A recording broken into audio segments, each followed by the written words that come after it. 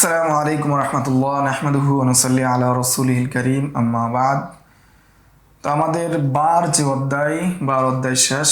এই দর্শে 69 থেকে আমরা আলোচনা করব, 69 নম্বর কায়দা থেকে আলোচনা করব। এটা হলো বাবুত্তা। এর 69 নম্বর কায়দা হলো আত-তাবিউ তাবিউন লা ইউফরাদু বিল হুকমি। তাবিআ যেটা রয়েছে সেটা তাবে হিসেবে বিবেচ্য হবে, এককভাবে সেটার উপর কোনো হুকুম দেওয়া হবে না। সিন্নন্দার উদ্দেশ্য হলো আল আশবাহ নাজায়ের থেকে এই কায়দা নেওয়া হয়েছে।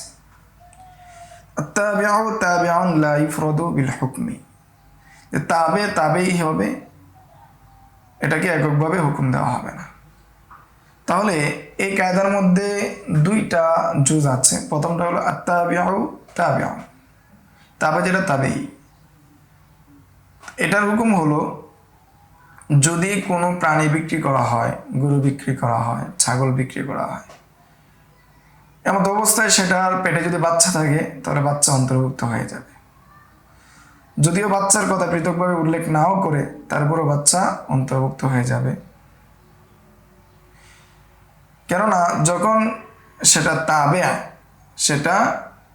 তাবে হিসেবেই থাকবে। ছাগলের যে জানিন রয়েছে, পেটে যে বাচ্চা রয়েছে, সেটা তাবে হিসাবে থাকবে যদিও সেটা উল্লেখ না করা হয়। কেননা তাবে যেটা রয়েছে সেটা আলাদা অস্তিত্ব হিসেবে সেটা কি করা হয় না, উল্লেখ করা হয় না। অনুরূপভাবে কেউ যদি জমি বিক্রি করে, এই জমির মধ্যে যে সেচ ব্যবস্থা রয়েছে, রাস্তা রয়েছে বা ভবন রয়েছে, গাছপালা রয়েছে, রোপণকৃত যে গাছপালা রয়েছে সেগুলো অন্তর্ভুক্ত হয়ে যাবে। 2 নম্বর অংশ হলো লা ইউফরাদু বিল হুকমি, যে এককভাবে সেটার হুকুম দেওয়া হবে না। যেমন জানিন যেটা রয়েছে সেটা প্রাণীর পেটে সেটাকে এককভাবে বিক্রি করা হবে না। অনুরূপভাবে এককভাবে সেচ দেওয়ার যে ব্যবস্থা, রাস্তা, এগুলোকে এককভাবে বিক্রিও করা যাবে না, কারণ সেটা তাবে। এটাই বলা হয়েছে আত-তাবিউ তাবিউন লা ইউফরাদু বিল হুকমি। তাবে যেটা তাবেই, সেটাকে এককভাবে হুকুম দেওয়া হয় না, বিবেচনা করা হয় না। 70 নম্বর কায়দা হলো আত-তাবিউ লা ইয়াতাকাদ্দামু আলাল মাতবু। তাবে যেটা রয়েছে সেটা কখনো মাতবুর অগ্রগামী হয় না। তাবে কখনো মাতবুর অগ্রগামী হয় না। এই মূলনীতির ভিত্তিতে মুক্তাদি কখনো ইমামের আগে কি করতে পারে না, তাকবীরে তাহরিমা বলতে পারে না। অনুরূপভাবে যে সমস্ত রুকুন আছে সেই সমস্ত রুকুনের ক্ষেত্রে ইমামের আগে যেতে পারে না। আত-তাবিউ লা ইয়াতাকাদ্দামু আলাল মাতবু, যে তাবে তার অনুসরণীয় যে রয়েছে, যার অনুসরণ করা হচ্ছে তার আগে যেতে পারে না। 71 নম্বর কায়দা হলো আত-তাবিউ ইয়াসকুতু বিসুকুতিল মাতবু। সিন্নুন, এটার উদ্দেশ্য হলো আল আশবাহ নাজার থেকে এসেছে, নিয়ে আসা হয়েছে। তাবে যেটা রয়েছে সেটা মাতবুর সাকেতের মাধ্যমে সাকেত হয়ে যায়। এর উদাহরণস্বরূপ কেউ যদি পাগল থাকে, যেই দিন সে পাগল ছিল ওই দিনের নামাজ তার সাকেত হয়ে যাবে। এরই সাথে সাথে যে সমস্ত সুন্নাতগুলো আছে সেই সুন্নাতগুলো কি হয়ে যাবে, সাকেত হয়ে যাবে। অনুরূপভাবে কারো যদি হজ ছুটে যায়, অর্থাৎ ওকুফে আরাফাত ছুটে যায়, তাহলে সে উমরার কাজগুলো করে সে কি হালাল হয়ে যাবে। তার রমিল জিমার এবং মাবিদ করা লাগবে না, মুজদালিফায় রাত্রি যাপন করা লাগবে না। কেননা রমিল জিমার যেগুলো রয়েছে সেগুলো উকুফের অনুগামী। যেহেতু এখানে উকুফ ছুটে গিয়েছে, মূল হজেই ছুটে গিয়েছে, আরাফায় অবস্থানে ছুটে গিয়েছে, সেই জন্য তার মাতবুগুলো সাকেত হয়ে যাবে। 72 নম্বর কায়দা তাখিরুল বায়ান আন ওয়াক্তিল হাজাতি লা ইয়াজুজ। বয়ান ব্যাখ্যা বা বয়ান বিলম্বে করাটা প্রয়োজনের সময় থেকে বয়ানটা বিলম্ব করা লা ইয়াজুজ, জায়েজ না। আবার বলছি, তাখিরুল বায়ান আন ওয়াক্তিল হাজাতি লা ইয়াজুজ, সময় থেকে বিলম্বে বয়ান করাটা কি না, বৈধ না, লা ইয়াজুজ। সিয়ার দ্বারা উদ্দেশ্য হলো শরহ সিয়ারুল কাবির, এই কিতাবের থেকে নেওয়া হয়েছে কায়দা। তো এখানে বলা হচ্ছে যে লাকিনাল মুখতার জাওয়াজ তাখিল বায়ান ইলা ওয়াক্তিল হাজা, যে প্রয়োজন পরিমাণ সময় বিলম্ব করা, প্রয়োজন পর্যন্ত বিলম্ব করা বয়ানকে, এটা বৈধ। কিন্তু প্রয়োজনের মানে প্রয়োজন থেকে প্রয়োজনের সময়ের পরে বর্ণনা করা কিনা বৈধ না, লা ইয়াজুজ। ও তাখিরু, প্রয়োজন থেকে কি করা, বিলম্ব করা কিনা বৈধ না। এর উপর ভিত্তি করে বলা হয় যে লা ইয়াজুজুল ইহরাক ফিল গুলুল, যেই মালে কি করা হয়েছে, খেয়ানত করা হয়েছে, সেটাকে পুড়িয়ে দেওয়া বৈধ নয়। উদাহরণটা পরিপূর্ণটা পড়লে বুঝবেন। লিয়ানা নবী সাল্লাল্লাহু আলাইহি ওয়াসাল্লাম আলহাকাল ওয়াঈদা বিকুল্লি মান যাহারা মিনহুল গুলুল, যে আল্লাহ রাসূল সাল্লাল্লাহু আলাইহি ওয়াসাল্লাম ওয়াঈদ বলেছেন, সতর্কতা করেছেন, ভীতি প্রদর্শন করেছেন যাদের থেকে গুলুল প্রকাশ পেয়েছে, গনিমতের মালে খেয়ানত প্রকাশ পেয়েছে। ওয়ালাম ইয়াস্তাগিল বিইহরাকি রাজুলিন আহাদিন, কিন্তু তাকে পুড়িয়ে ফেলতে হবে, যে ব্যক্তি কি করেছে, গুলুল করেছে, তাকে পুড়িয়ে ফেলতে হবে, সেই বিষয়টা তিনি সম্পৃক্ত করেনি। তো একটা প্রসিদ্ধ হাদিস হলো মিদআম, যে রাসূলের গোলাম ছিল, সে রাসূলের বাহনের সোজাসুজি ছিল। এমত অবস্থায় একটা তীর এসে তাকে হত্যা কর, কিন্তু জানা যায়নি যে তীরটা কোন দিক থেকে আসছে, কোত্থেকে আসছে, সেটা জানা যায়নি। এর প্রেক্ষিতে মানুষ বলল হানিয়ান লাহু আল জান্নাহ, যে তার জন্য জান্নাতের সুসংবাদ, সে অবস্থায় মারা গিয়েছে, সে জান্নাতি হয়ে গিয়েছে। তখন রাসূল সাল্লাল্লাহু আলাইহি ওয়াসাল্লাম বললেন ওয়াল্লাযী নাফসি বিয়াদিহি আন্না ইন্না শামলাতাল্লাতী আখাযাহা ইয়াওমা খায়বার মিনাল গনাইম, যে সে খায়বারের যুদ্ধে কি করেছিল, একটা চাদর নিয়েছিল, গামছা নিয়েছিল, এই জাতীয় জিনিস নিয়েছিল, ফলে সেটা তার জন্য জাহান্নামের কারণ হবে। এই কথা যখন রাসূল সাল্লাল্লাহু আলাইহি ওয়াসাল্লাম বললেন, তখন মানুষজন, একজন লোক একটা জুতার ফিতা অথবা দুইটা জুতার ফিতা নিয়ে আসলো। তখন রাসূল সাল্লাল্লাহু আলাইহি ওয়াসাল্লাম বললেন এইটা হলো জাহান্নামের ফিতা। এর প্রেক্ষিতে রাসূল সাল্লাল্লাহু আলাইহি ওয়াসাল্লাম এটাকে পুড়িয়ে ফেলার কি দেন নাই, পুড়িয়ে ফেলার নির্দেশ দেন নাই। এর থেকে বোঝা গেল যে যদি পুরানোটা বৈধ হতো, রাসূল সাল্লাল্লাহু আলাইহি ওয়াসাল্লাম বিলম্ব করতেন না। কেন? তাখিরুল বায়ান আন ওয়াক্তিল হাজাতি লা ইয়াজুজ, কেননা প্রয়োজনের সময় থেকে বিলম্ব করা বয়ানকে, ব্যাখ্যাকে, বিধানকে, এটা বৈধ নয়। এটা এই জন্য জাবের রাদিয়াল্লাহু আনহু বলেন যে লাইসা ফিল গুলুলি কাতআন ওয়ালা নাকালুন, যে কেউ যদি গনিমতের মালে খেয়ানত করে তার হাত কাটা হবে না, কোনো শাস্তি দেওয়া হবে না। ওয়াদা তাসরিহ বিনাফি ইহরাকির রিহলি, আর এটা কিছু স্পষ্ট হয়ে যাচ্ছে যে কি করা হবে না, কোনো ধরনের না পুরানোর বিষয়ে এটা তাসরিহ হয়ে যাচ্ছে। কেন পুরানোর বিষয়টা ফাইন্না যালিকা আযামুন নাকাল, কেননা পুরানোর শাস্তি দেওয়ার চেয়ে পুরানোর বিষয়টা কি আরো বড়, এই জন্য তাকে পুরানো হবে না। 73 নম্বর কায়দা হলো আত-তা'কিতু ইলা মুদ্দাতিন লা ইয়াঈশুল ইনসান গালিবান তা'বিদুন, যে এমন সময় নির্ধারণ করা যে সময় পর্যন্ত মানুষ বাঁচে না, এটা কেমন যেন তা'বিদ, অর্থাৎ স্থায়ী।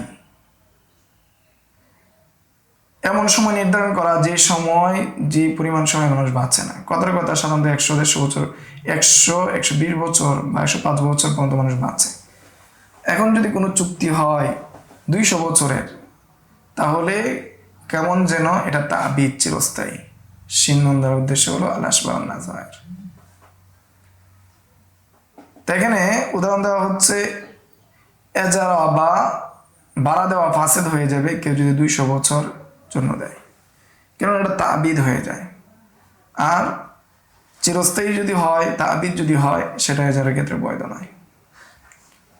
অনুরূপভাবে যদি বিবাহের ক্ষেত্রে হয় যে 200 বছর হয়, তাহলে সেই তাকিদটা কি হয়ে যাবে, ফাসেদ হয়ে যাবে, বিবাহ বিশুদ্ধ হয়ে যাবে। ইমাম জুফর রহমতুল্লাহি আলাই বলেন যে এটাকে মুআব্বাদ হিসেবে গণ্য হবে, এবং এটা নিকাহ বিশুদ্ধ হয়ে যাবে এবং এটার উপরে ফতোয়া। রদ্দুল মুহতারে এসেছে যে কেউ যদি মুআক্কাতের শর্তে কি করে বিবাহ করে, এমত অবস্থায় সেটা মুআব্বাত হয়ে যাবে, তাহলে কি বিবাহ শুদ্ধ হয়ে যাবে এবং তার অতিরিক্ত যেটা রয়েছে সেটা লঘু হিসেবে গণ্য হবে, লঘু হিসেবে গণ্য হবে, অনর্থক হিসেবে গণ্য হবে। এটাই 73 নম্বর কায়দা, আত-তা'কিদু ইলা মুদ্দাতিন লা ইয়াইশুল ইনসান গালিবান তা'বিদুন। যে সাধারণত যে পরিমাণ সময়ে বা যে পরিমাণ বছরে মানুষ বাঁচে না, এই পরিমাণ সময় নির্ধারণ করা এজারার ক্ষেত্রে অথবা অন্যান্য যে ক্ষেত্রগুলো আছে সেটা তাবিদ হিসেবে গণ্য হবে, সেই হিসেবেই হুকুম আসবে। 54 নম্বর কায়দা হলো তাবাদ্দুলু সাবাবিল মিলকি কাইমুন মাকামা তাবাদ্দুলিজ জাত। যে মালিকানা পরিবর্তনের মাধ্যমে জাত কি হয়ে যাবে, পরিবর্তন হয়ে যাবে, জাত পরিবর্তনের স্থলাভিষিক্ত হয়ে যাবে। মিম জিমদার উদ্দেশ্য হলো আল মাজাল্লাতুল আহকামিল আদলিয়া। যদি মালিকানা পরিবর্তন হয় তাহলে তার সত্যই কি হয়ে যাবে, পরিবর্তন হয়ে যাবে। এর উদাহরণ হিসেবে দেওয়া হয়েছে, কোনো ব্যক্তি যদি কোনো আজনবী ব্যক্তিকে কোনো জিনিস সেবা করে তাহলে তার জন্য সুযোগ রয়েছে সেটাকে সে ফিরিয়ে আনা। তবে যদি আজনবী ব্যক্তি সেটার সাথে কি করে, এখানে আজনবী ব্যক্তি উল্লেখ করা হয়েছে এই জন্য কারণ হলো যদি নিকটাত্মীয় কাউকে দেয় তাহলে এটার মাধ্যমে কি হয়ে যায়, কুরবত হাসিল হয়ে যায়, আর যেটা কুরবত হাসিল হয়ে যায় সেটা ফিরিয়ে আনা যায় না, এই জন্য এখানে আজনবী উল্লেখ করা হয়েছে। এখন যদি আজনবী ব্যক্তি এটার মধ্যে গাছ রোপণ করে অথবা বিল্ডিং লাগায় তাহলে তার জন্য সেটা ফিরিয়ে আনার সুযোগ নাই, সেটা তার মালিকানা থেকে বের হয়ে যাবে। কেননা সে যেহেতু এটা নতুনভাবে নিয়েছে, তার মালিকানা সাব্যস্ত হয়ে গিয়েছে, নতুন মালিকানা সাব্যস্ত হয়ে গিয়েছে। অনুরূপভাবে কেউ যদি দাবি করে মালিকানা ইরসানা নাবিহি,